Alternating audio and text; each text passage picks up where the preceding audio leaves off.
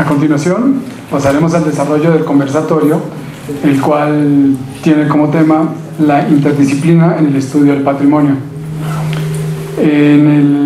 Los expertos que han sido invitados a este conversatorio está la doctora Cristina Amezcua, el doctor Javier Cortés Rocha,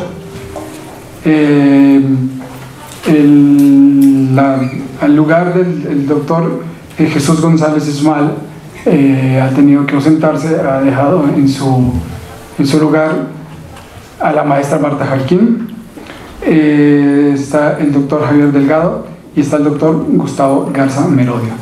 Cada uno de nuestros ponentes va a abordar un tema, solamente uno de los temas en particular que tiene que ver con alguna problemática significativa del centro histórico.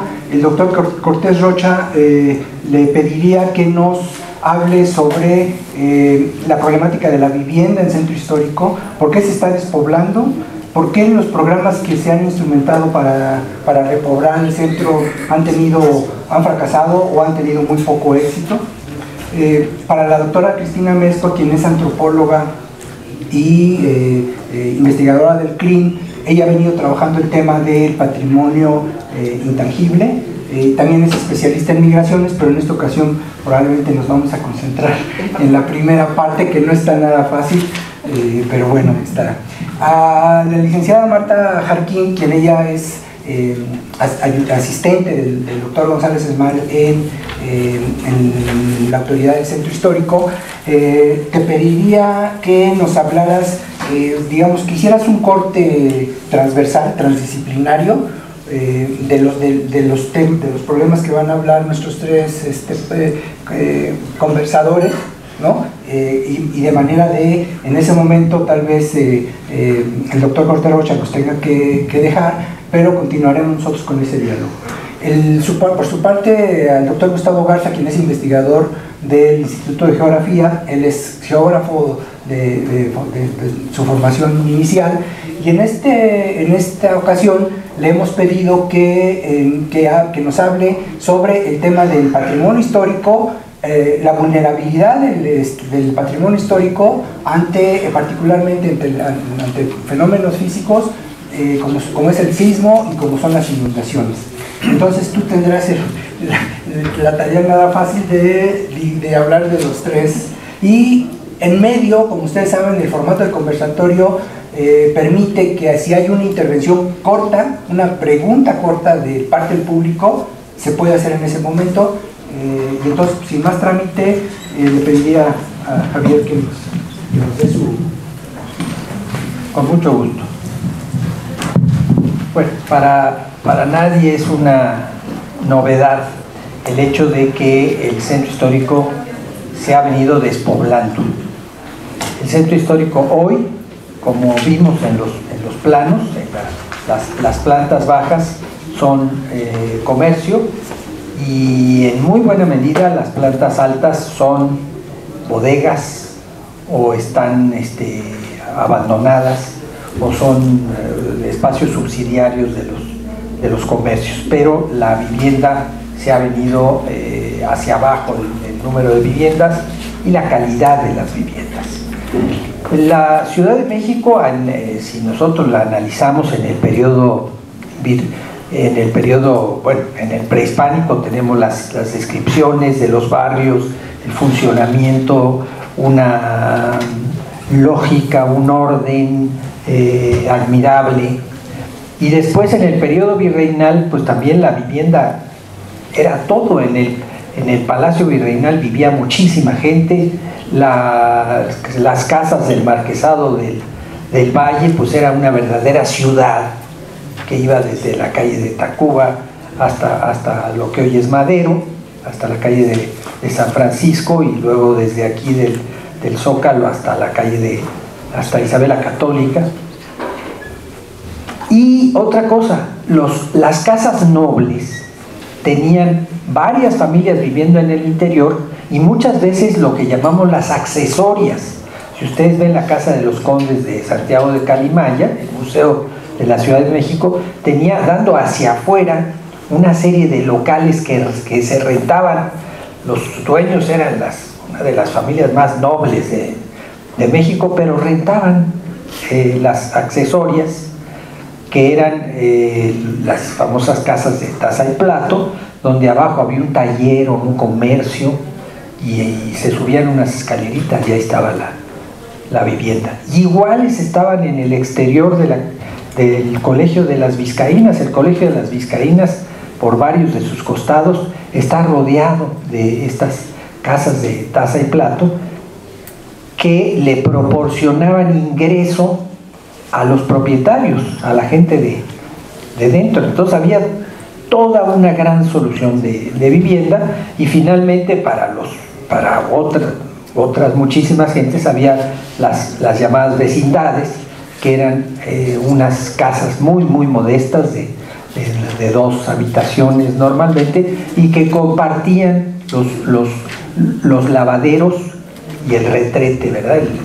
El baño, el excusado y los lavaderos. Y entonces esto vino funcionando y se fue modificando, no mucho, se fue modificando poco, hasta las primeras décadas del siglo XX, y sucedió una cosa que tuvo un impacto muy negativo, que fue la congelación de rentas. O sea, en el momento en que viene la Segunda Guerra Mundial, se dice, para que la gente, todo estaba subiendo de precios, y entonces se decide que las rentas, está prohibido elevar el precio de las rentas. Y entonces por muchas décadas las casas pues pagaban muy poco dinero, que a lo mejor en el momento pues era lo justo, pero pues ustedes imagínense en 1990 pagar rentas de 2 pesos por una vivienda, pues era una cosa verdaderamente irreal, ¿verdad?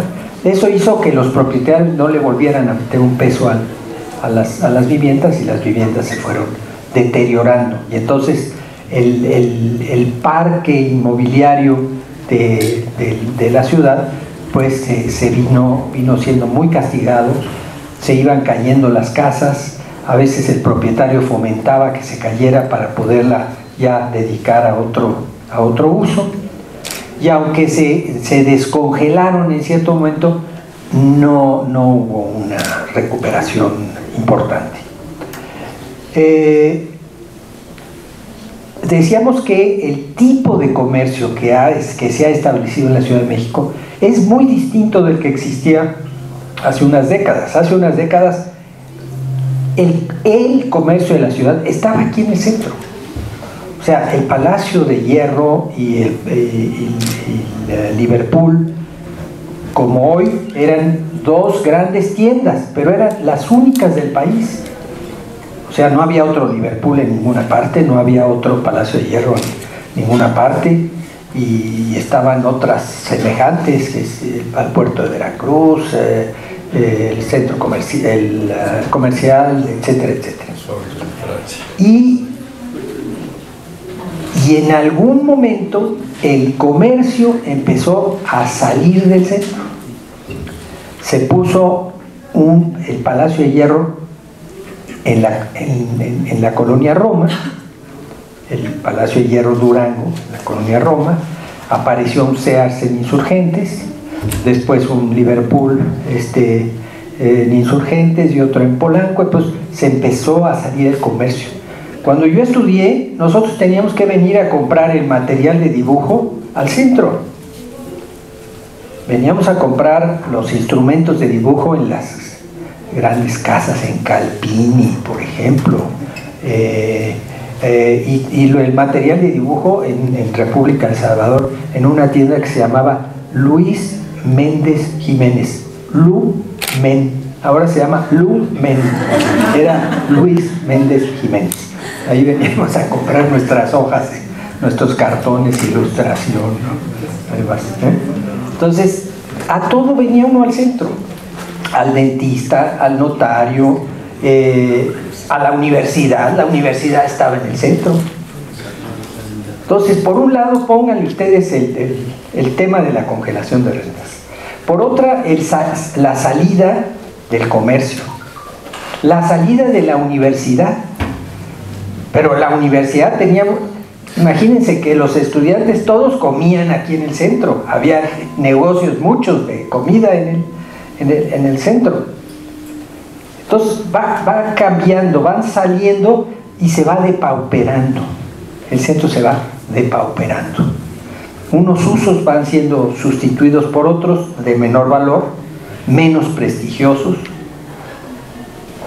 Y entonces eso le pega al centro y va demeritando su deseabilidad, y la gente con posibilidades se va a vivir a las colonias, a otras zonas. Bueno, ahora, evidentemente ha habido conciencia de esta situación, ya ha habido algunas cuestiones importantes. Una, desde luego, fue lo que sucedió después del sismo del 85, donde hubo un programa importante de sustitución y en otros casos de recuperación de viviendas. El INAH se puso las pilas, salieron una serie de manuales de cómo restaurar, de cómo hacer las cosas, y eso fue una cosa positiva. Después, por una vez en la vida, se pusieron de acuerdo el presidente de la República, Fox, el jefe de gobierno del Distrito Federal, Andrés Manuel López Obrador, el hombre más rico de México y del mundo, Carlos Slim, el cardenal arzobispo de México, el cardenal Carrera, Norberto, y llamaron a Jacobo Zabludowski, llamaron a intelectuales y a gente, representantes de distintas. Entonces hubo un esfuerzo. Slim compró, no sé si 200 inmuebles, una gran cantidad de inmuebles en el centro histórico. ¿Cuántos? Alrededor de 80. ¿No? Bueno, 80, me pasé.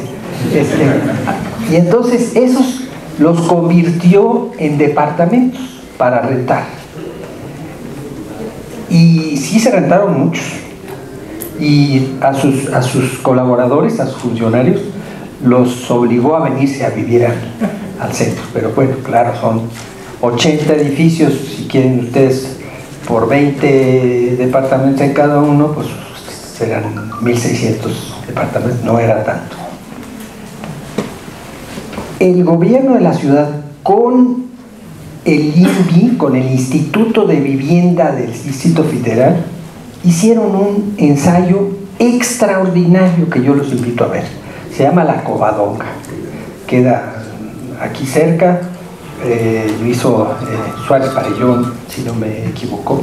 Habría que promover una visita, porque es un ejemplo extraordinario de un rescate de un edificio colonial para convertirlo en viviendas salubres con sus baños, y bueno, pues ha tenido un gran éxito. Pero el problema para repetir eso y recuperar el centro es la cuestión financiera. O sea, el Instituto de Vivienda y los bancos dicen, es que no es negocio, no es negocio. Pues yo les voy a decir una cosa, tendríamos que revertir eso, y si es necesario hacer la palabra suena muy feo, y un subsidio para que este centro y los otros centros históricos puedan recibir los recursos necesarios para que se pueda emprender ese gran programa de vivienda. Llámenle ustedes transferencia de no sé qué, así como hay la transferencia de potencial, pues esto sería una transferencia de algo para revivir la vivienda en el centro histórico y en los centros históricos, porque pues desde luego lo mismo ha pasado en los otros centros históricos, pero aquí es crítico, y este es el corazón del país, y aquí hay una responsabilidad especial, y para que esto sea algo vivo, necesitamos que tenga vivienda. No, hay casos, otros, en que como Campeche, donde la gente se ha ido saliendo del centro.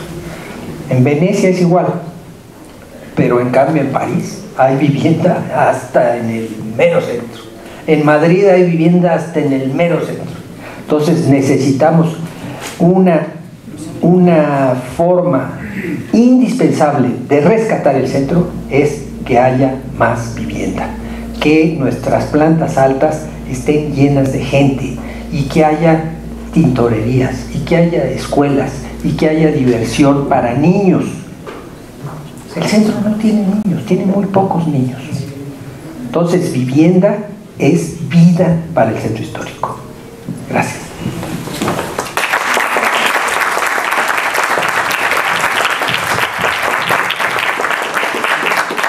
Bueno, pues muchas gracias. Entonces, procedemos. Cristina,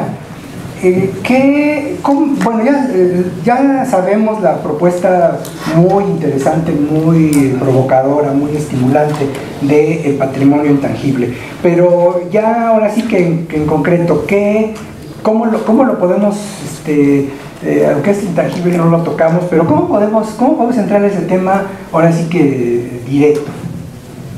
Muchas gracias. Pues muchas gracias por la invitación, me da muchísimo gusto estar aquí y poder hablar de estos temas y poder pensar juntos en cómo se interconectan. Bueno, buscando responder a la pregunta y luego buscaré vincular un poco con lo que nos contaba el doctor Javier Cortés.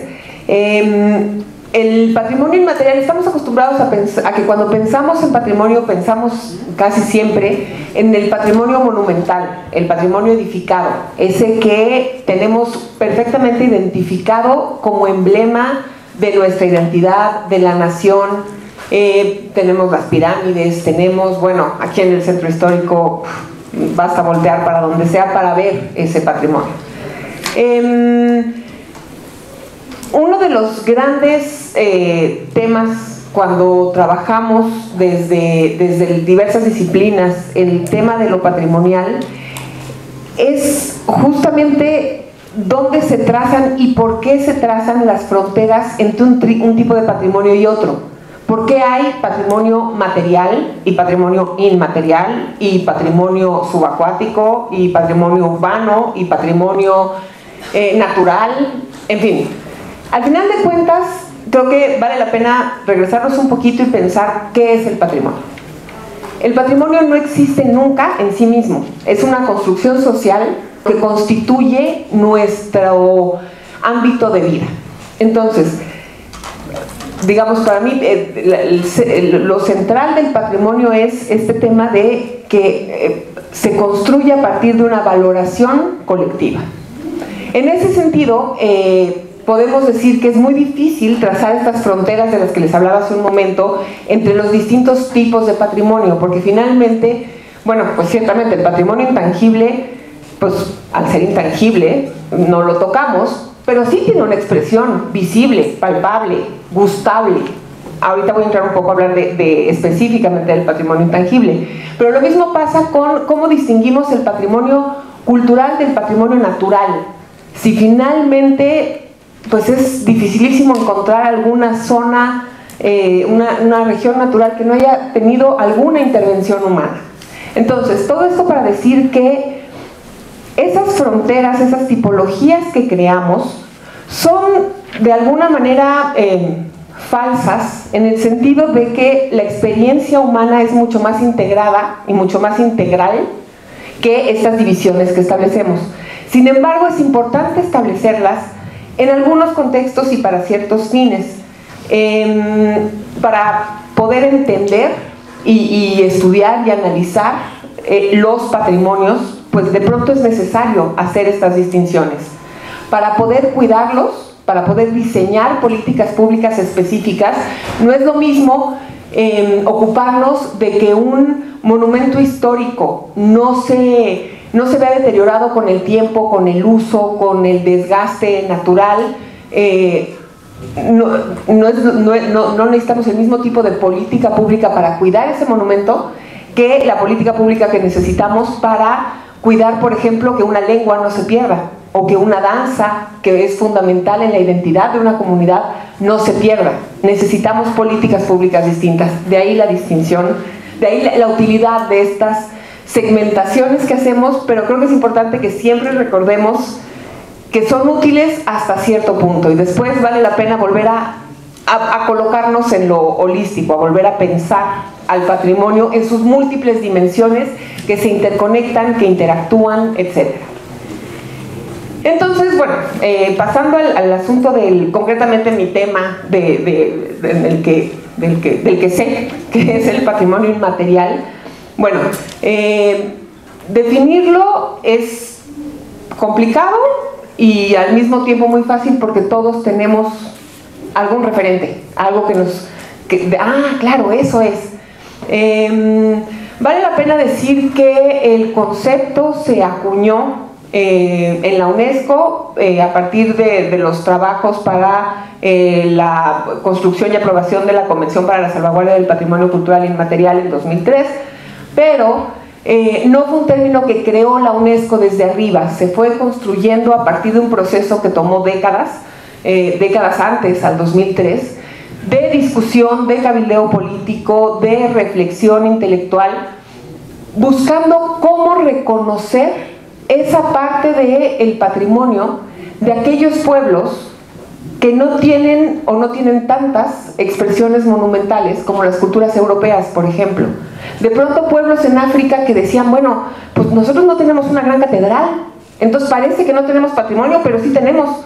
Lo que pasa es que nuestro patrimonio es una danza, nuestro patrimonio es un ritual, o es un saber con respecto a la naturaleza, alguna práctica de herbolaria. Lo mismo pasaba con los pueblos en Latinoamérica. De ahí surge el interés por poner el reflector en este otro lado del patrimonio, que no tiene esa tangibilidad que tiene un edificio, una pirámide, un paisaje natural espectacular.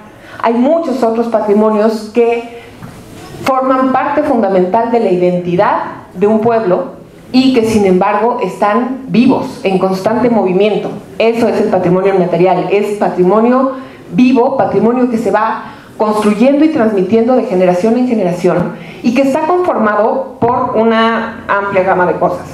Desde prácticas culturales como danzas, escenificaciones, rituales, pero también saberes, formas de ver y de entender y de estar en el mundo y de estar con otros. Una dimensión, una característica fundamental de todo patrimonio, pero bueno, en este caso el que nos ocupa del patrimonio inmaterial, es la dimensión colectiva. El patrimonio solo es si es en colectivo. El patrimonio cultural, pues si no, estoy hablando de mi patrimonio personal y esa es otra cosa.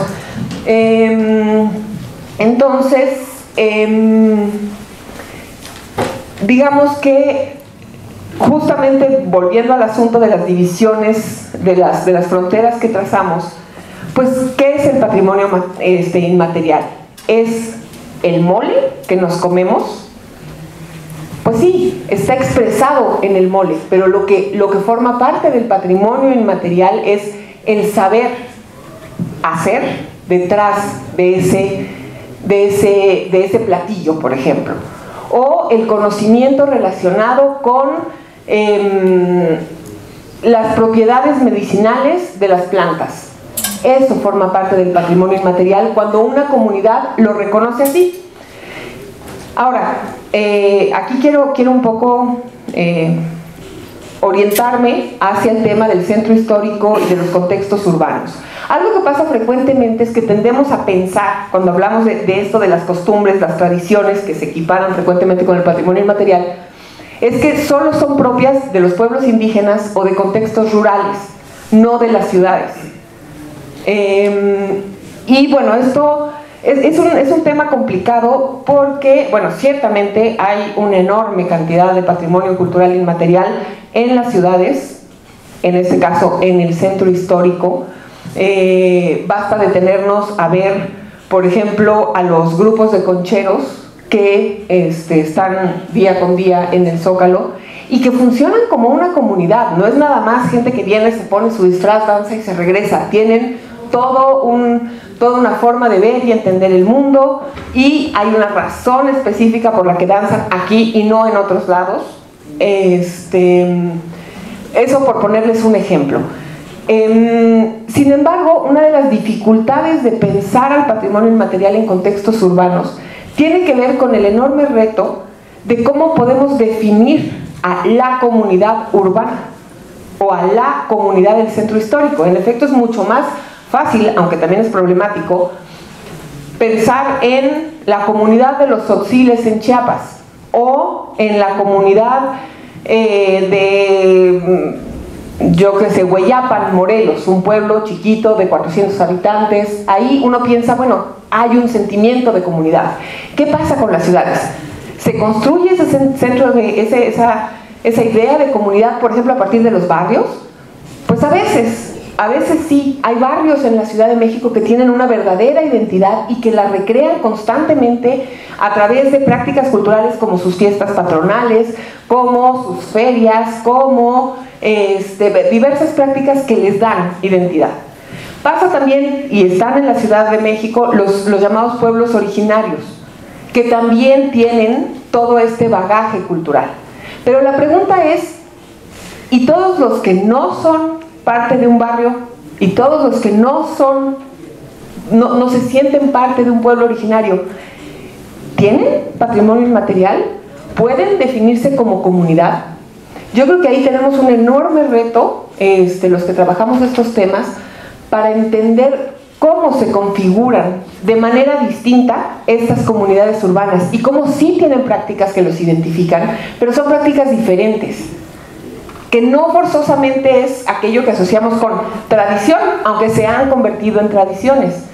Entonces, ahí hay un gran tema para pensar y entender, y lo vinculo entonces con lo que decía el doctor Javier Cortés. Ciertamente en el centro, el tema del despoblamiento y de que no se haya una zona de habitación y de reproducción de familias que se identifican con el territorio, pues es todo un tema. Y claro, la vivienda, volver a replantear este asunto de la vivienda en el centro sería fundamental, pero también sería fundamental pensar en qué espacios en el centro se prestan para esta otra parte de la habitabilidad del centro, que es la vida colectiva. ¿Cuáles se siguen usando? Porque de pronto los comerciantes, como decía hace rato, pues lo usan. ¿Qué está pasando en esos espacios? ¿Cómo se están utilizando? ¿Quién los está defendiendo o dañando o cuidando o buscando construir? Y entonces creo que para repensar en este sentido que nos comentaba el doctor Cortés al centro histórico, tendríamos también que pensar en esta otra dimensión, no solo de lo que pasa de la puerta para dentro de la casa, sino lo que pasa de la puerta para afuera, lo que hacemos juntos. Otro de los temas que me interesa tocar es que frecuentemente, y de ahí la importancia de trabajar de manera interdisciplinar cuando hablamos de patrimonio, es muy frecuente que haya fricciones al momento en que se encuentran intereses propios del cuidado de un tipo de patrimonio con el de otro. Por ejemplo, ¿cómo podemos hacer para que el uso que se le da a una plaza pública no dañe los monumentos, pero al mismo tiempo que siga siendo una plaza que se use, una plaza viva? Porque un patrimonio que se queda ahí solito, sin gente, sin corazones que latan y voces que se escuchen, pues es un patrimonio que al final deja de serlo, se muere. Entonces, tenemos mucho que discutir en términos de cómo negociar, cómo llegar a acuerdos para que podamos lograr las dos cosas, que no haya daños a esos espacios físicos que constituyen un testimonio de nuestra memoria y de nuestro bagaje cultural, pero al mismo tiempo ¿cómo fomentamos que se sigan usando? Que podamos seguir sintiéndonos parte de esos espacios y que los sigamos alimentando. Y creo que aquí, y con esto cierro, vale la pena también pensar mucho por qué es importante esta cuestión de lo colectivo. Y creo que en un contexto como el que está viviendo México, de una violencia exacerbada, y no puedo dejar aquí de mencionar a los 3 chicos recientemente asesinados, que deberían dolernos e indignarnos a todos, y de pronto estamos tan pasmados que no. En esos contextos de horror, digamos, sí creo, a partir de mi experiencia profesional y personal, que la única alternativa está en esos espacios colectivos donde nos podamos encontrar. No está en encerrarnos en nuestras casas y morirnos de miedo.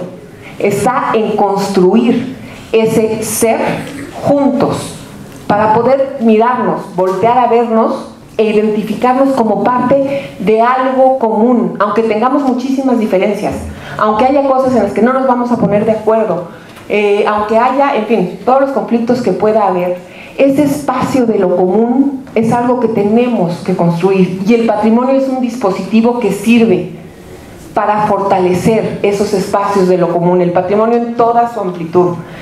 En ese sentido es que creo que vale la pena trabajar juntos y apostarle a recuperar esos espacios, a mantenerlos vivos, a heredárselos a nuestros hijos, a sacar a los niños de las casas, ya que justamente como decía el doctor Javier Cortés, aquí en el centro uno ve pocos niños, porque supongo que entre otras muchas razones, pero porque los papás decimos, no, pues cómo lo voy a llevar al centro, hay mucha gente, qué peligro, no, necesitamos volvernos a encontrar, y necesitamos que los niños se vuelvan a sentir seguros junto a otra gente, y eso lo podemos hacer a partir de la cultura, a partir de la reproducción de aquello que consideramos valioso para compartir. Esa es otra dimensión del patrimonio que creo que vale la pena destacar. El patrimonio es algo que nos hace sentir orgullosos y que nos gusta compartir con otros. Entonces volvamos a eso, a lo colectivo, a compartir, a construir juntos. Gracias.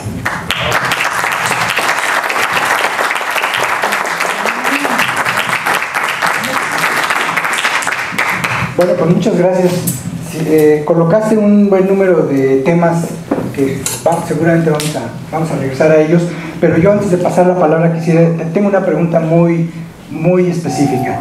¿Nos puedes dar un ejemplo de una intervención interdisciplinar que involucre un espacio colectivo y que haya logrado esa identidad en alguna medida? Wow, es todo un... ¿Tú lo dijiste? Yo lo dije. Sí hay ejemplos. Ahorita no se me vienen a la cabeza. Por ejemplo, hay uno de los elementos inscritos en la lista del Patrimonio Inmaterial de la Humanidad de la UNESCO, que es una lista que va a parecer comercial, pero no es. Vale la pena, si les interesan estos temas, que se echen un clavado, porque ahí hay un montón de elementos que, a diferencia de la lista del patrimonio material, digamos, que tiene que cumplir ciertos criterios de valor universal excepcional, de continuidad, de autenticidad, etcétera.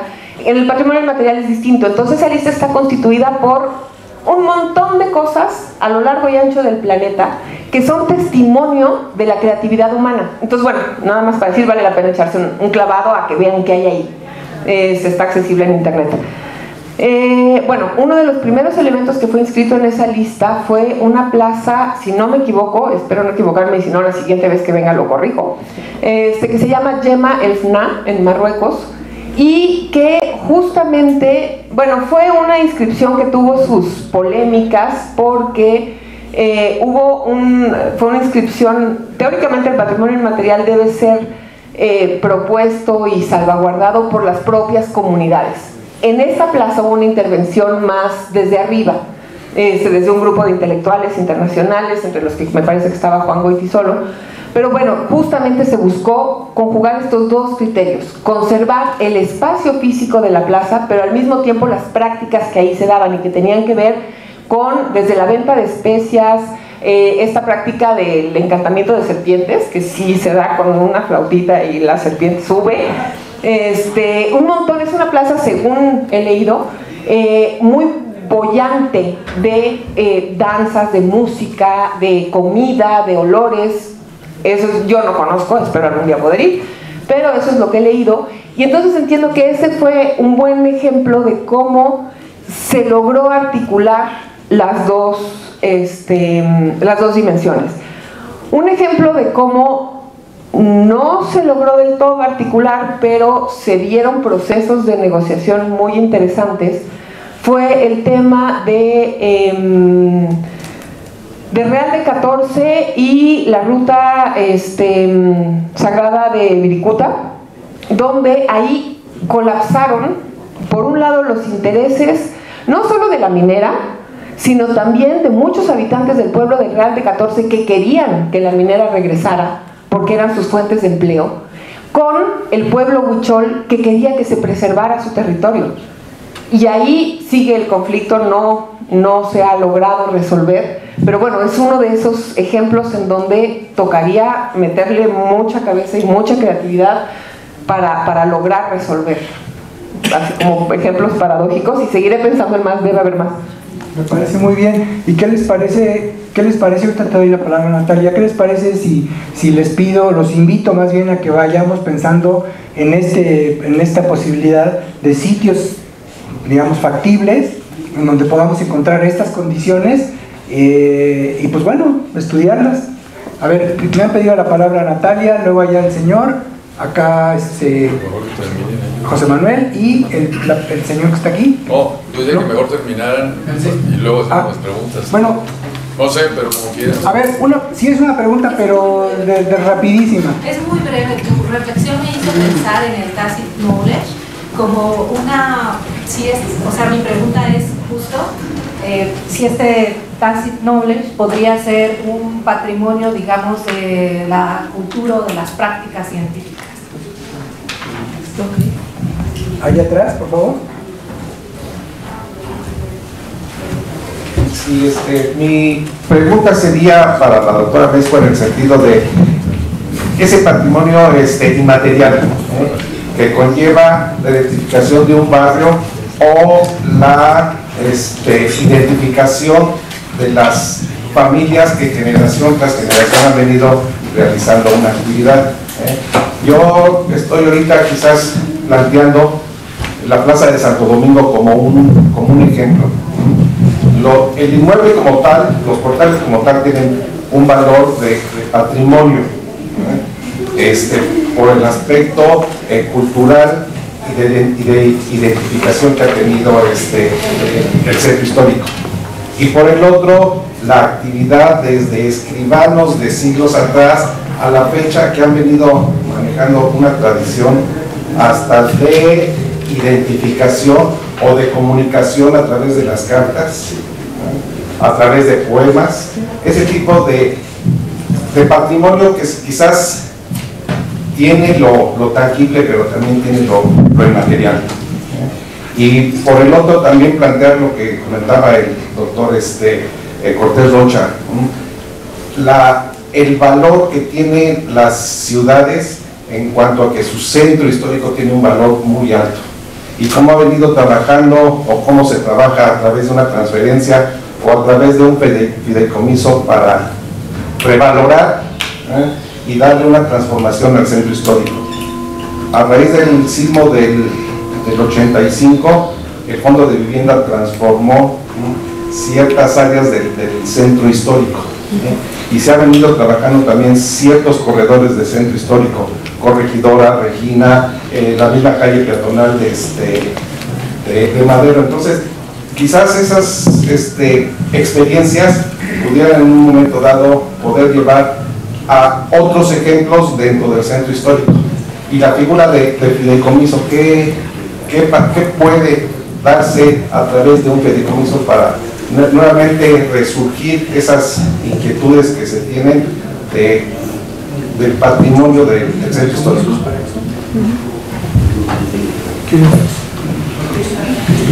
A ver, acá, perdón, Sí, ok, pues nada más, ahorita me acaba te dan espero el micrófono. Breve, por favor, para dar oportunidad a... Yo quería hablar a tiempo, por eso no solté hablando. Pues bueno, Cristina, me hacía pensar lo que decías sobre las identidades urbanas y qué somos. Si no puede ser buena la pregunta, más bien qué sentimos que tenemos a disponibilidad, ¿no? Pensando, por ejemplo, solamente el polígono de Coyoacán. Está bien, uno se siente irlandés, mariachi y futbolista al mismo tiempo, pero hay una variedad: mariachi, gaitas, 2 orquestas profesionales, organilleros, N cantidad de cosas. No sé si a veces esa pregunta puede dar lugar a una conservación o protección más comprensiva. No, ya no, ¿verdad? No, yo era nomás... A ver, allá atrás, una última y hacemos una respuesta muy rápida. Sí, no es tanto es una pregunta, sino el año pasado se declaró a los mercados públicos como patrimonio intangible de la humanidad. O sea, es un ejemplo claro, yo creo que es algo que está tangible, pero toda la actividad comercial que se da dentro de ellos fue declarado patrimonio intangible. Fue el año pasado. Gracias. Gracias. Bueno, muy rápidamente, no estoy familiarizada con el concepto de tacit knowledge. Me gustaría que lo platicáramos más para entenderlo y ver qué hay por ahí.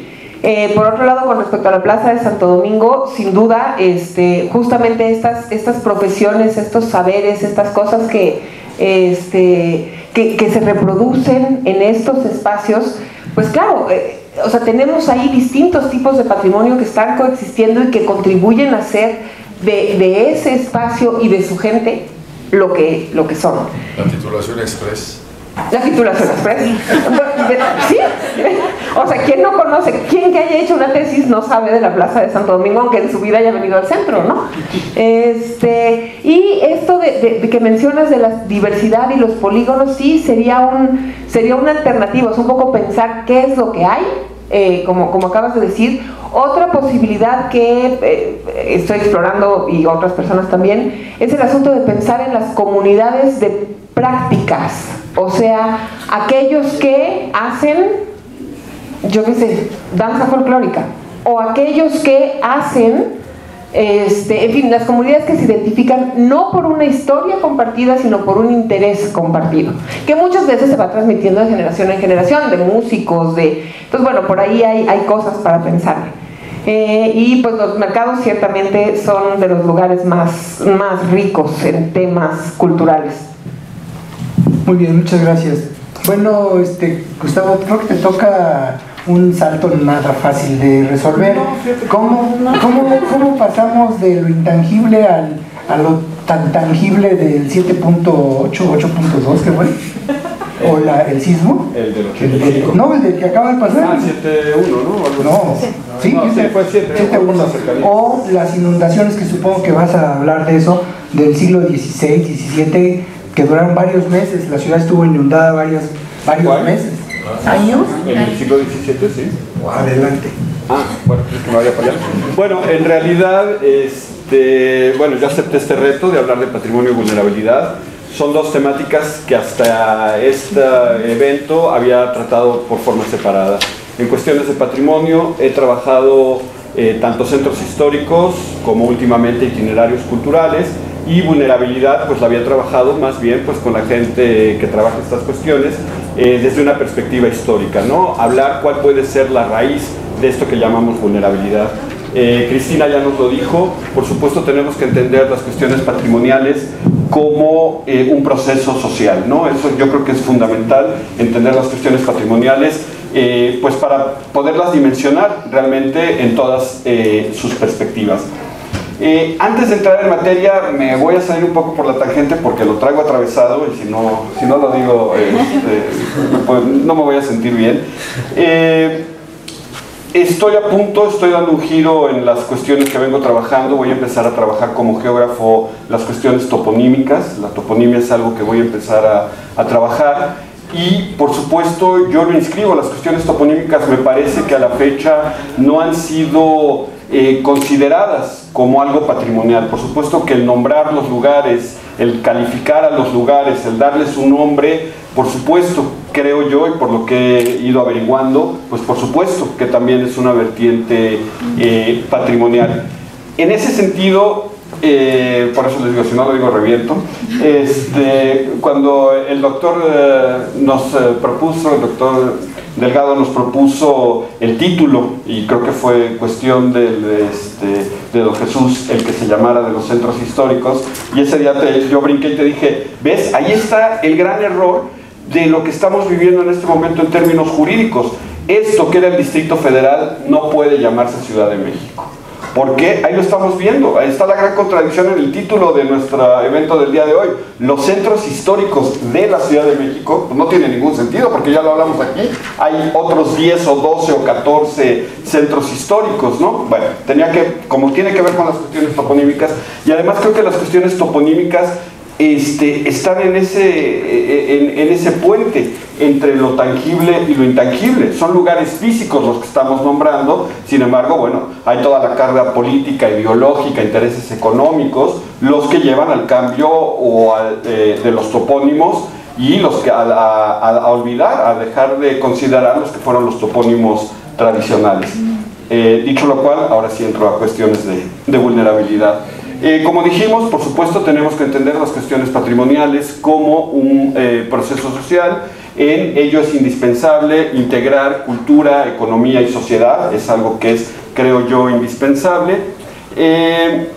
Y por supuesto también la inclusión de los sectores vulnerables. Yo creo que la inclusión de sectores vulnerables, ya sean por muchas y distintas razones, pero en términos sociales, económicos, etcétera, por supuesto que los sectores vulnerables es algo que tenemos que tomar en cuenta. Y también digo, yo estoy muy en contra de ponerle etiquetas a las cuestiones, ¿no? Que tratamos a lo largo de nuestros trabajos, pero creo que sí, para aclararlo, y tampoco es un término que haya escuchado, pero vamos a plantearnos y vamos a proponerlo aquí, no porque yo quiera utilizarlo, porque luego me causan muchas... No me quedo yo contento, les digo, con esas categorizaciones fáciles, pero bueno, hablar de una vulnerabilidad cultural, ¿no? Hablar en términos...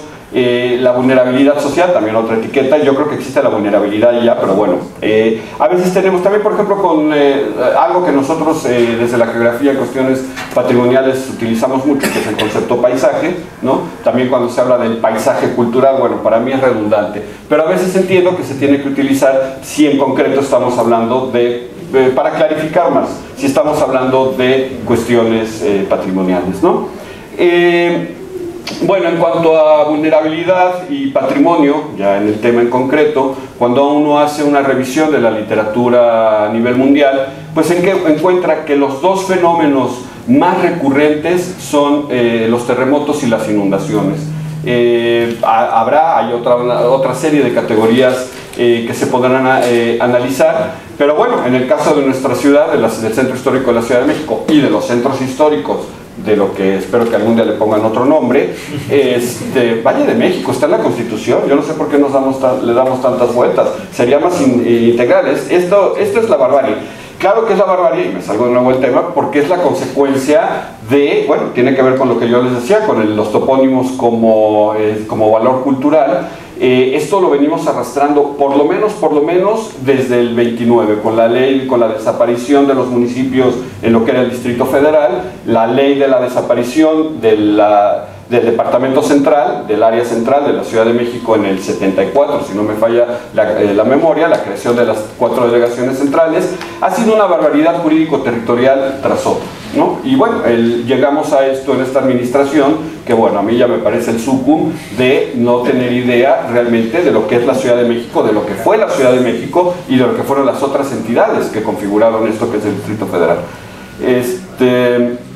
Bueno, les decía, fundamentalmente son dos cuestiones, terremotos e inundaciones, los que predominan en la literatura mundial respecto a cuestiones de vulnerabilidad física, diría yo, ¿no? En el sentido de lo que puede drásticamente, radicalmente. Hay muchas otras cuestiones. Los monumentos, pues por supuesto que se ven afectados por la lluvia ácida, por la presencia de contaminantes, etcétera. Pero lo que pone en peligro de un día para otro el patrimonio, pues por supuesto son los terremotos y las inundaciones.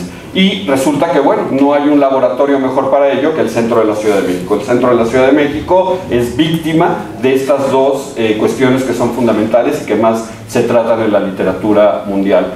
Ejemplo de ello, bueno, lo tenemos recientemente, pero bueno, las inundaciones en el centro histórico sí, hasta aquella famosísima del siglo XVII, en el que en un momento incluso se pensó en llevar, bueno, hubo dos opciones, se hablaba, que nunca se llevaron a cabo obviamente, era trasladar la capital a Puebla o fundar una nueva ciudad en las proximidades de Polanco, Santa Julia. Esas fueron las dos opciones que le dieron a la corona, ninguna se llevó a cabo. El argumento era que lo que ya se, imagínense, y llevaban 100 años apenas aquí, pero el argumento era que lo que ya se había gastado en palacios e iglesias, pues era mucho dinero, por mucho que estuvieran buena parte de ellas bajo el agua, ¿no?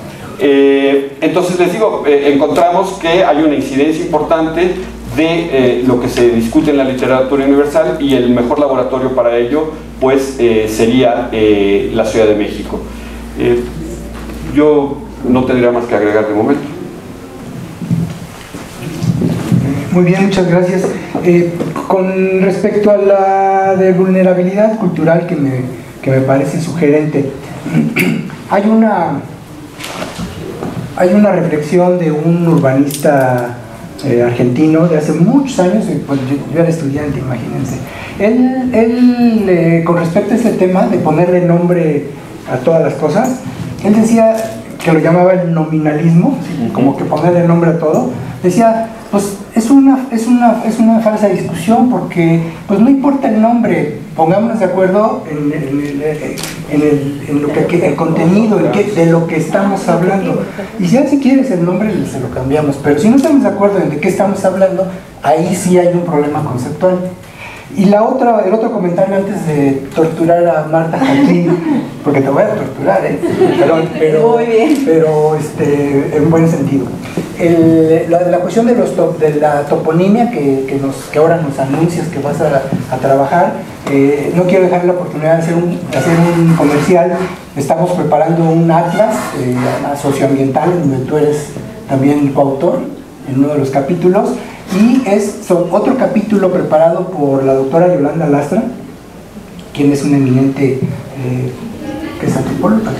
No, creo que es lingüista.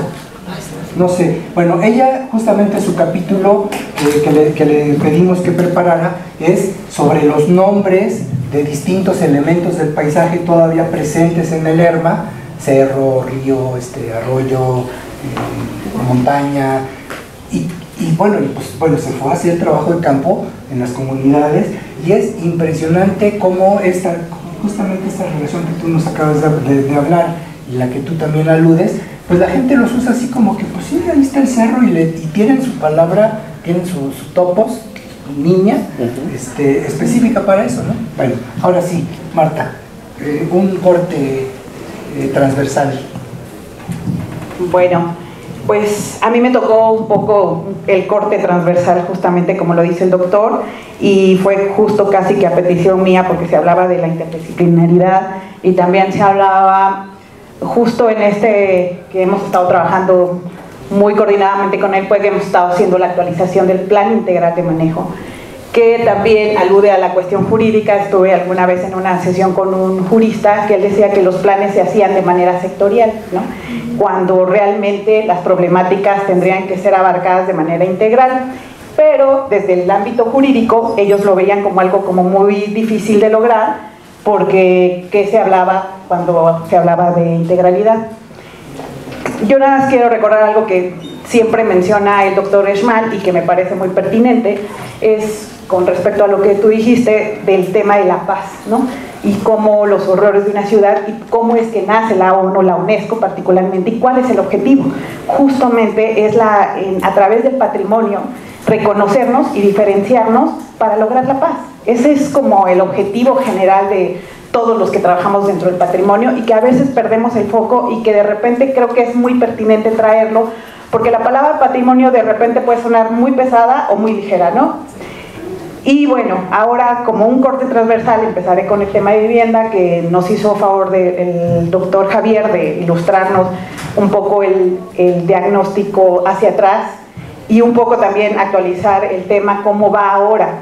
Como él decía, pues se vinieron muchas personas a vivir al centro histórico porque hubo una iniciativa y hubo un acuerdo por poderes inmensos, que fue el gobierno federal, el gobierno local, el poder económico, y decir vamos a rescatar este sitio a partir del 2000. Algo que se ha manifestado justo en la redacción del plan de manejo es que este proceso que inició desde el 2000, un poco antes en los 90 con la fundación del Fideicomiso del Centro Histórico, pero realmente el impulso mayor será el 2000 hacia acá, ha sido ininterrumpido, y eso creo que en mayor medida podemos tener acciones mucho más contundentes en cierto tiempo, pero es algo que no se ha quitado el tintero y que seguimos ahí, y que creo que es muy importante. A veces nosotros los que trabajamos en la autoridad decimos, bueno, a veces sentimos que damos 3 pasos para adelante y 2 para atrás, pero lo importante creo que es no dejar el camino, ¿no? Y entonces en ese sentido, incluso la memoria es muy corta, creo, de nosotros a veces, y por eso creo que es muy importante la labor de los historiadores, de los antropólogos, que guardan esta memoria y que nos van recordando cómo fue antes y cómo fue ahora, y que a lo mejor, y las ciudades también, algo que es otra premisa que topamos mucho en esta actualización del plan de manejo, es un proceso, no es un estado acabado, es las soluciones que se propusieron ayer hoy pueden ser un problema, y lo hemos visto, y no solo en el tema de los centros históricos, sino de la ciudad en general. Y algo también muy importante es que el patrimonio es una convención social y que cambia por el contexto social. La Ciudad de México y el centro histórico fue la ciudad virreinal, fue la ciudad arqueológica, como nos lo recordó el arqueólogo, y por eso yo digo que el centro histórico de la Ciudad de México es igual de complejo que el resto de la Ciudad de México, pero que tiene una variable más, que es el tema patrimonial. Entonces, si yo vivo aquí en la Ciudad de México y tengo una casa en el centro de la Ciudad de México y quiero pintar o quiero hacer cualquier cosa, tengo que hacer todos los trámites que se hacen en el resto de la ciudad, más 2 trámites más o 3, con INA, INVA, CEDUBI, dependiendo de la condición patrimonial de mi inmueble. Lo que decía el señor es tenemos que hacer yo creo que a grandes problemas, grandes soluciones. El tema tenemos una paradoja en la vivienda. Lo que decía el arquitecto Rocha es muy cierto. Hubo un abandono, y ese abandono también nos trajo otro problema muy grande, que es la incertidumbre jurídica.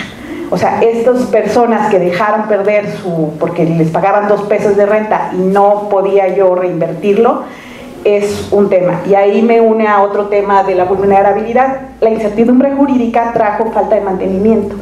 Y en estas vulnerabilidades, ahora en el sismo del 19 de septiembre, nosotros tuvimos que hacer recorridos con la Facultad de Arquitectura, que la universidad siempre ha estado como muy presente en los procesos que ha estado haciendo la autoridad.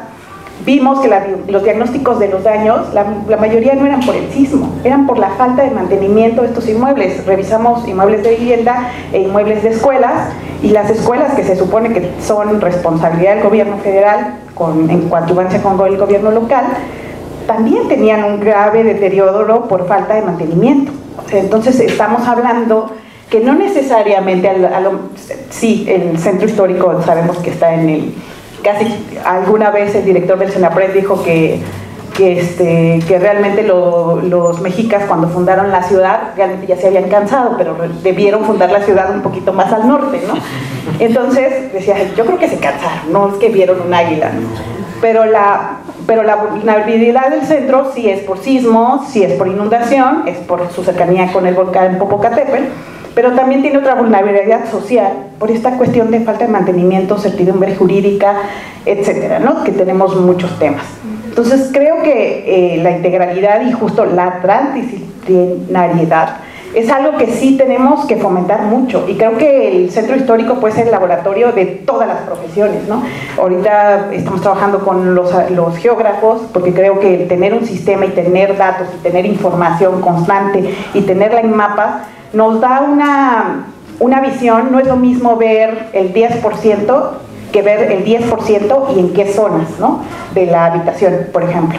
Nosotros ya tenemos muy claramente que la habitación se fue hacia los bordes del centro histórico, en el perímetro A casi no tenemos, entonces es el tema de la habitación, y creo que ahí sí el plan de manejo anterior y este es fundamental. Si queremos un centro histórico vivo, la gente tiene que vivir aquí, pero ¿quién quiere venir a vivir aquí? Es otra pregunta. Entonces yo creo que el centro histórico es el laboratorio de las preguntas. Podemos contestar una y esta a su vez nos genera otra.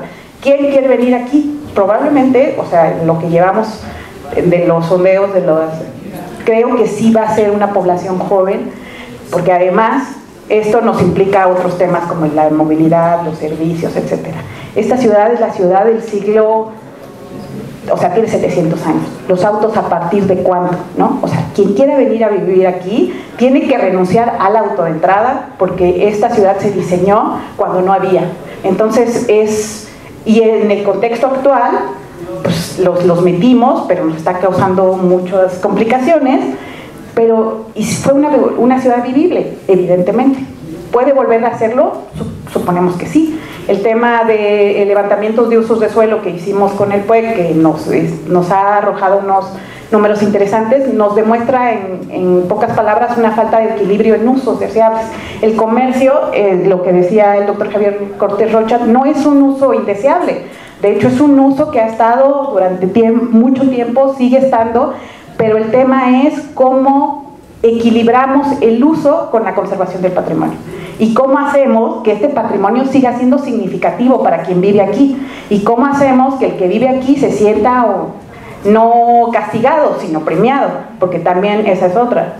Tengo una casa y siento que me castigan porque ahora tengo que hacer el triple de burocracia que normalmente no haría. Entonces creo que son procesos que no son sencillos, que involucran a muchas disciplinas. Por ejemplo, uno de los ejemplos más recientes que tenemos es el graffiti. También en el sistema de información hicimos un mapeo de todos los edificios que están afectados por graffiti, lo llevamos a la coordinación de conservación, y ahí me sentaron 3 especialistas, una de historia del arte que nos explicaba cómo es la dinámica social del graffiti, otra muy técnica que me decía, mira, estos materiales funcionan así, si le meten jabón van a echar a perder peor el asunto, y otra que tenía una metodología social como veía más allá y que decía, tenemos que conjuntar esta variable más esta variable para lograr sacar una propuesta, y que no sabemos si va a funcionar porque obviamente estamos hablando de una infinidad de variables, ¿no? Creo que el centro histórico sí puede ser el laboratorio de todas las profesiones, o sea, la que queramos.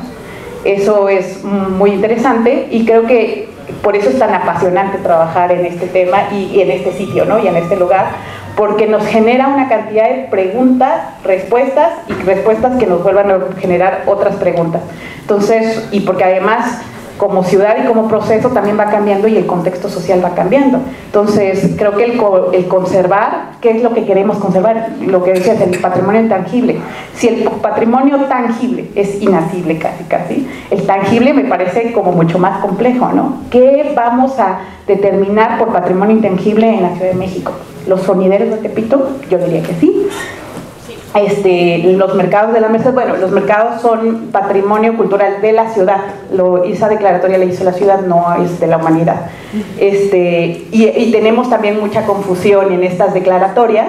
Por ejemplo, los pueblos mágicos, a veces se cree, es una declaratoria que hace turismo, y entonces ahí también hay otras confusiones.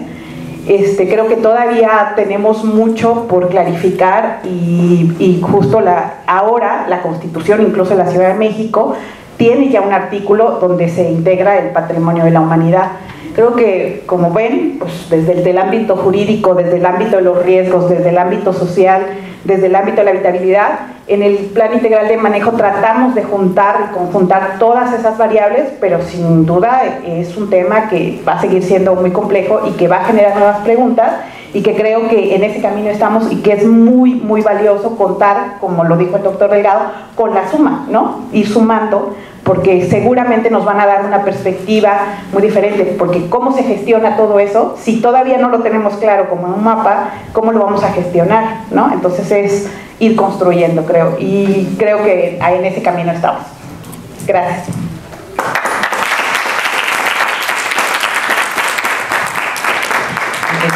Muchas gracias. Me gustan dos ideas que pusiste aquí ahorita: el centro histórico como laboratorio urbano, que genera preguntas para toda la ciudad, y la otra de esta, pues, ¿cómo le podríamos decir? Este tema del absurdo de que la ciudad y su patrimonio tiene ya 500 años por lo menos, y el automóvil apenas 50, y sin embargo ya se apropió de estos espacios. Lamentablemente son más de 50, el modelo T-Ford ya casi cumple 100 en los próximos años, pero lo que sí es cierto es que en los últimos 50 se masificó el uso del automóvil. Bueno, lo dejo aquí. Entonces, pues si están de acuerdo, daríamos una última ronda para preguntas muy concretas, por favor. A ver, una aquí, luego Manuel, y luego el compañero atrás, y otra vez el compañero. Gracias. Bueno, esta es para Gustavo, juntando el tema de toponimios y desastres, porque digo, creo que es más o menos claro, igual habrá mucho más que decir, pero que hay desastres que cambian los toponimios, ¿no? Desde las invasiones hasta las reformas políticas de la Ciudad de México. Pero también por la otra, me queda la duda, y quizá sea tema para el futuro, o ya traigas algo en mente ahorita. ¿Qué toponimios evitan desastres? Porque también creo que, por ejemplo, el día en que los habitantes que están cerca de la línea 8 del metro se den cuenta que Aculco, Apatlácuaro, Tlalilco, Santa Anita tienen agua en su logotipo, pues van a pegar el grito en el cielo y quizá pase algo, ¿no? Y quizá haya pasado también en zonas donde se protege el bosque o el monte o cosas así.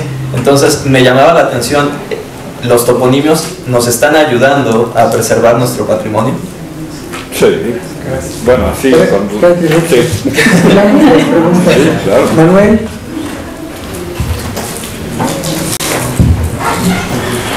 A ver, ¿sí suena? Me acaba de caer un 20 hace unos minutos. Tal vez estoy diciendo algo que para otros sea muy claro, pero a mí la verdad es que me acaba de caer el 20 de que en el centro histórico tenemos mucho patrimonio tangible, y que a veces buscamos mediante programas de vivienda el hecho de que dadas ciertas facilidades la gente se venga a vivir para acá. Pero digo, a mí me acaba de caer, a lo mejor a todos ya tienen este pensamiento desde hace mucho. Es muy importante el patrimonio intangible, y siento que es inclusive una cosa importantísima, y en este momento lo estoy percibiendo, para que te vayas a vivir a un lugar. No, me vinieron con la plática de los tres, como los recuerdos de cuando era niño, y entonces viajabas mi mamá es de Michoacán, entonces viajabas a Michoacán y sentías que había una serie de cosas así intangibles que hacían ese viaje maravilloso. O sea, no había puras casitas así pues que el viento, la lluvia y desastres naturales se las llevan, pero lo que se vivía era maravilloso, porque te juntaban las tardes a platicar con la gente, porque había alguien que sabía tocar el violín, y se hacía un ambientazo, ¿no? Y lo recuerdo y digo, ay, ¿cómo es posible que todo eso se haya muerto, ¿no? Que ahora vayas y encuentres un centro comercial y haya una gente que te diga, no, hemos progresado porque ahora somos como cualquier otra ciudad, ¿no? Y tú dices, híjole, lo que recordaba era hermoso. Entonces siento que ese proceso no sé si lo compartan conmigo, de destrucción de este patrimonio intangible se ha dado en la sociedad mexicana, pero lleva bastante tiempo. Y siento que algo muy importante sería volverlo a reconstruir ese patrimonio intangible. Siento que todos como brillantemente dijeron allá arriba, todos como que nos replegamos a nuestras casas, y ese patrimonio intangible a veces lo tenemos familiarmente escondido en alguna parte.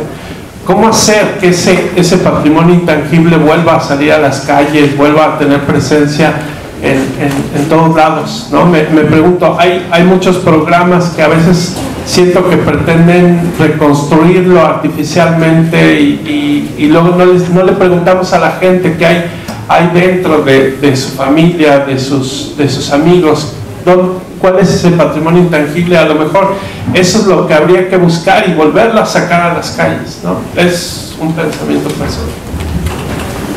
Ahí junto.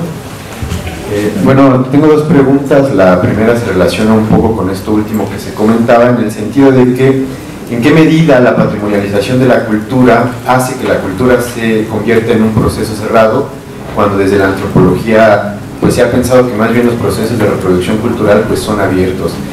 Un ejemplo concreto que me viene a la mente es cuando patrimonializan las danzas de los totonacos y se la determinan a un pueblo específico. Entonces pueblos a los alrededores se peleaban porque ahora ya no podían hacer la danza, o incluso también cuando se patrimonializaban este tipo de danzas hay un vestido que se tiene que llevar a cabo y los jóvenes decían, pero es que nosotros queremos traer a un luchador en nuestro traje o queremos traer a Goku, y los que organizaban el evento decían, no, es que así no puede ser. Entonces, ¿hasta qué punto la patrimonialización es en realidad un mecanismo que impone y que constriñe los procesos de reproducción cultural? Por otro lado, respecto a la vulnerabilidad, ¿hasta qué punto el turismo en los espacios patrimoniales estaría ampliando la vulnerabilidad social? Pienso en el caso oaxaqueño, en donde hay decenas o cientos de niños que están vendiendo dulces y cigarros a los turistas, a todos los paseantes del centro histórico, y entonces cómo incorporar en los estudios de patrimonio pues estos elementos, ¿no?, de vulnerabilidad social, que no solo tienen que ver con la vulnerabilidad de los edificios, o en el caso, por ejemplo, del conflicto de 2006, que la protesta generaba pintas en monumentos, y los jóvenes grafiteros decían, ¿cómo es posible que se preocupen más por una piedra que por nosotros que nos están matando, ¿no?, por ejemplo? Entonces, pensar este tipo de elementos, o pensar también hasta qué punto los espacios se vuelven vulnerables frente a turistas. Por ejemplo, hay el caso que ya se ha documentado bastante de Barcelona o incluso Madrid, en donde la carga de turistas es tan fuerte que impide otros usos, ¿no?, del espacio. Entonces, un poco por ahí. Gracias. ¿Usted me ha pedido la palabra?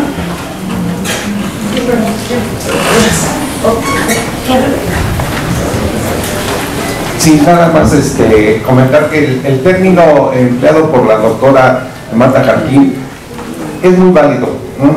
Creo que el centro de la Ciudad de México es un laboratorio en los cuales ha habido experiencias gratas, afortunadas, y también ha habido situaciones desafortunadas.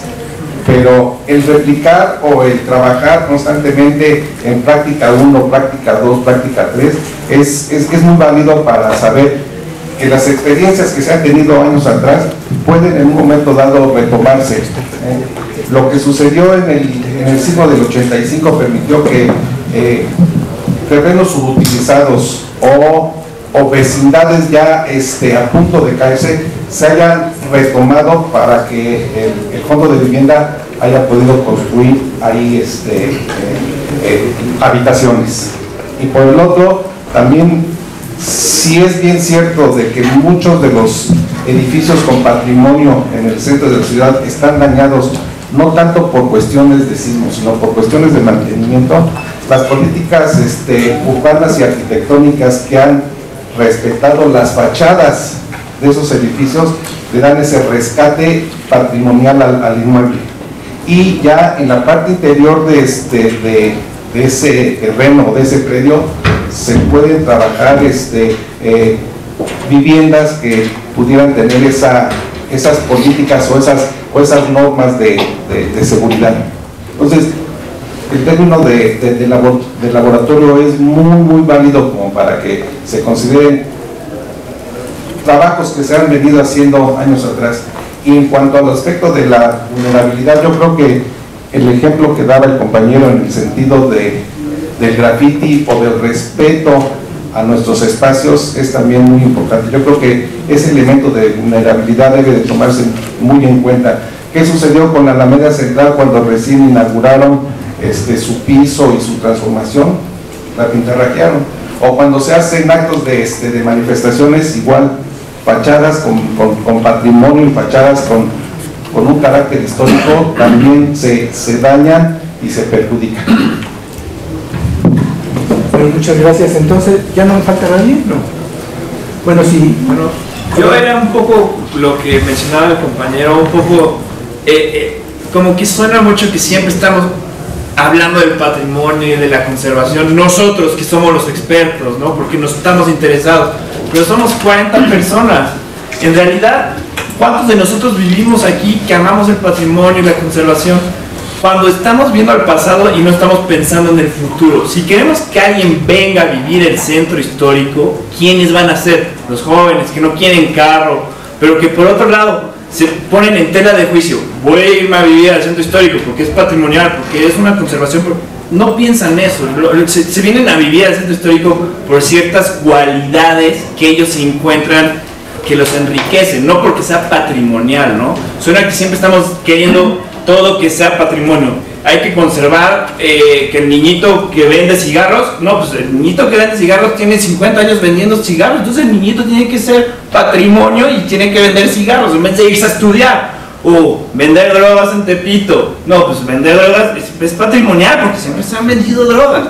Y sexo servicio en la Merced y Izazaga, ¿no? Es decir, la gente que quiere vivir en un lugar donde pueda tener opciones. O sea, la juventud ahora quiere tener opciones y venirse al centro donde está sobreregulado de la ley, sobreregulado en el uso del suelo, sobreregulado por el INAH, sobreregulado por el INBA, que si haces un hoyo para una cisterna, porque ningún edificio tiene una cisterna y te encuentras una cuchara que utilizó Hernán Cortés, llega el INAH con el único inspector y te clausura todo. Es decir, hay que pensar hacia el futuro, pero sin olvidar el pasado. Y ese es un poco los instrumentos y ese es el reto. O sea, lo fácil es decir, vamos a hacerlo patrimonial. Bueno, vamos a hacerlo patrimonial, pero ¿cómo podemos hacerlo atractivo para que nuevas generaciones y que de una manera muy laxa esté vivo? Porque suena que todo esto que mencionó Javier, que básicamente es cómo generar plantas altas activas. El tema es, ¿cómo vamos a generar plantas altas activas cuando tenemos un límite de altura? Porque tenemos una protección de la fachada, dejamos la fachada, dejamos el edificio. A la hora que queremos reconstruir el edificio, nos encontramos la cuchara de Hernán Cortés y se detiene todo el desarrollo. O sea, ¿cómo podemos invertir?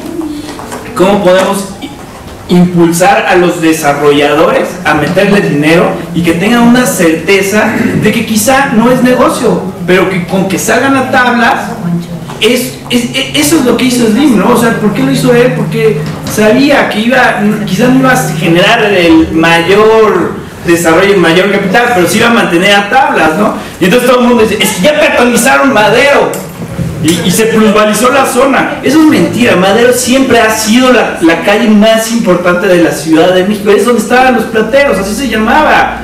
No es que es de ahora, es de siempre. Entonces, como que hay que transparentar más las cosas y hacerlas como más fáciles, ¿no? Como más atractivas para las nuevas generaciones, porque si no va a seguir así. Ya. Gracias. Una respuesta muy rápida porque ya casi tenemos que dejar el auditorio. Ok, bueno, velocísimamente dos comentarios con respecto al tema del patrimonio inmaterial. Uno, ciertamente con respecto a esta idea de que el patrimonio inmaterial es eso que nos da ese sentimiento de quiero ir a ese lugar. Sí, y las reconstrucciones artificiales son problemáticas, rara vez funcionan, pero hay muchos procesos de reconstrucción o de rescate o de revitalización del patrimonio inmaterial que vienen de gente así, chavitos que sabían que sus abuelos bailaban una danza y fueron y preguntaron y la están bailando de nuevo. Y esos son procesos que vienen desde abajo y ocurren. Y el otro comentario, habría mucho que hablar a este respecto, pero la otra cosa que quiero decir muy rápido es que ciertamente todo proceso de patrimonialización es, como toda construcción social, es muy problemático, es muy conflictivo y tenemos que poner también la mirada en esos conflictos, en esas fricciones, en esto que decías de cerrar la cultura en vez de mantenerla abierta. Y bueno, el patrimonio inmaterial, la dimensión del patrimonio inmaterial más que la del material, se presta a este dinamismo. Entonces, nada más como apunte, y porque también esto da mucho para la discusión, efectivamente la UNESCO inscribió primero a los voladores de Papantla en la lista. A partir de que las otras comunidades dijeron, a ver qué onda, primero la inscripción en la lista no suponía que ya nadie más pudiera hacer el vuelo, todos podían seguirlo haciendo, pero a partir de que la gente empezó a decir qué pasó, ahora el elemento está inscrito como los voladores, nada más, ya se le quitó el de Papantla. Entonces, o sea, son procesos de negociación donde las controversias tienen un efecto, las intencionalidades de los distintos actores, incluido el turismo, que es un sector súper problemático en efecto, pero al mismo tiempo también es muy deseado por muchos pueblos que ven en él la opción para superar la pobreza. Entonces, bueno, esos problemas hay que estar conscientes, hay que verlos y hay que entenderlos, hay que entender de dónde vienen y qué efectos producen. Quítale. Bueno, yo para cerrar, de acuerdo a lo que estuve escuchando, me parece interesante, porque lo he dicho, que la vulnerabilidad yo la he trabajado desde una vertiente histórica. Pues precisamente no hemos visto muchos cambios en este centro histórico porque redundando, además que es un término en que no estoy de acuerdo tampoco, pero bueno, eso podríamos discutirlo en otra ocasión. Las inercias históricas. La ciudad, lo que se ha revitalizado en el centro histórico pertenece a la parte del centro histórico que siempre fue la parte privilegiada, de aquí hacia el poniente. Hacia el oriente pues siempre fue la parte más pobre de la ciudad, Candelaria de los Patos, La Merced. Entonces hay una serie de inercias históricas que no se rompen. Hasta el siglo XIX era porque el abastecimiento de agua pues llegaba por el lado poniente, por los arcos de Chapultepec, por los arcos de Santa Fe, los que fueran. Pero podemos ver esta inercia reflejada todavía. No se ha roto y quizá nunca se rompa.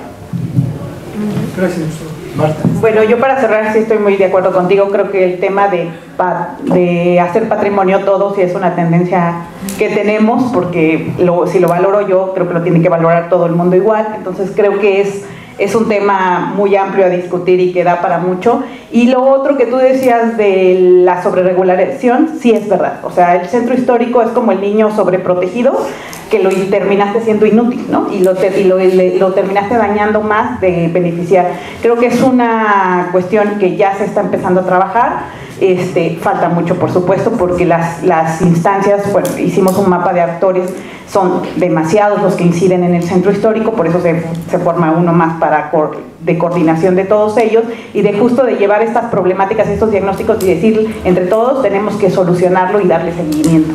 Entonces es un tema que también da para mucho, pero sí creo que el tema de los jóvenes y cómo usan el patrimonio, a lo mejor como tú dices, no me voy a vivir al centro pensando que es patrimonio mundial, pero sí me voy a ir a vivir al centro pensando en que hay mucha actividad cultural, que hay una actividad nocturna tal vez en ciertos lugares. Yo sí vivo en el centro histórico desde el 2000, entonces te puedo decir cómo ha ido cambiando e incluso algo que yo pongo en las mesas es los jóvenes de ahora o los que venimos a vivir un momento en el centro, en algún momento de la vida, no vamos a querer vivir toda nuestra vida en el centro. Vamos a querer estar a lo mejor 10, 12 años hasta que nos cambie la vida y nos queramos ir a vivir a otro sitio más tranquilo, con otra perspectiva. Entonces creo que todas esas preguntas son muy válidas y hay una cantidad de más que se van a generar. Ese tema de quién se quiere venir a vivir al centro creo que da para muchísimo. Y también la sustentabilidad económica de los sitios. Hoy tenemos la gran paradoja que los monumentos históricos para su restauración requieren mayores recursos.